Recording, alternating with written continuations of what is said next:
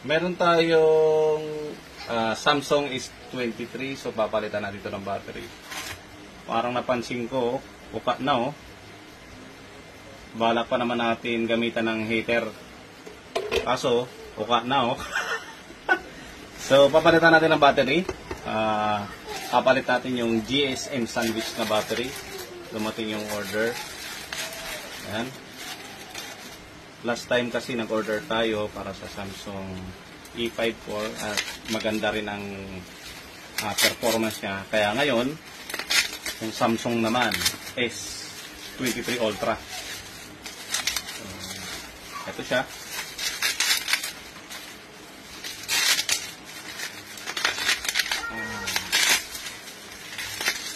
Grabe oh. Pinakamay lang. Ayan. So, S23 Ultra. Ito yung mga dati natin na binili din. Ito naman sa GSM E54. Kasi hindi lang yan. Dahil subok na natin siya. Poco X3 rin. So, yan yung mga gamit natin. At makunat siya.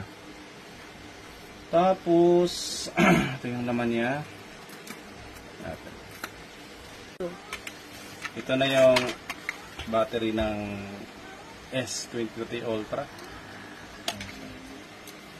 Ito yung pangbigit sa likod. Okay.